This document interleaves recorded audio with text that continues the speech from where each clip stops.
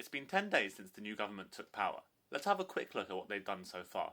Prime Minister Keir Starmer wasted no time in appointing his new cabinet and other ministers. Some commentators have called Starmer's government a government of all the talents due to his decision to appoint several non-political figures who will instead bring important experience to their roles. Prison reform campaigner James Timpson is the new prisons minister, and human rights lawyer Richard Herbert is the new Attorney General.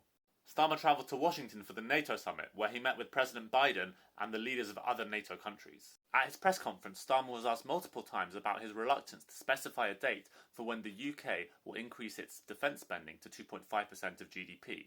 He is committed to do this, but has not said when, whereas the Conservatives had pledged to do it by 2030. Anyway, instead of focusing on issues related to NATO or defence spending, media coverage of the summit was dominated by questions over whether Joe Biden is fit to run for president. Joe Biden mistakenly introduced President Zelensky as President Putin. Chancellor Rachel Reeves gave a speech in which she stated her determination to push forward with house building targets despite possible opposition from local residents. She said she would change planning rules to make it significantly harder for people to stand in the way of new house building projects. Health Secretary Wes Streeting met with representatives of junior doctors to discuss ongoing strikes over demands for a pay rise and better working conditions. The representatives said the meeting was positive and that they agreed to meet Streeting again for further talks the following week.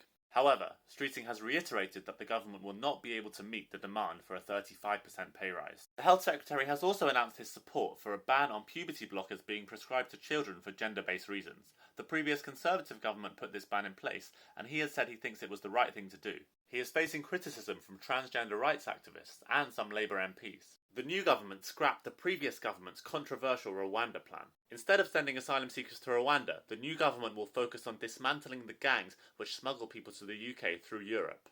Home Secretary Yvette Cooper has set up a new body called the Border Security Command for this purpose. Amid a severe shortage of prison spaces, Justice Secretary Shabana Mahmood announced that, starting from September, prisoners will be able to be released after serving 40% of their sentences instead of the usual 50%.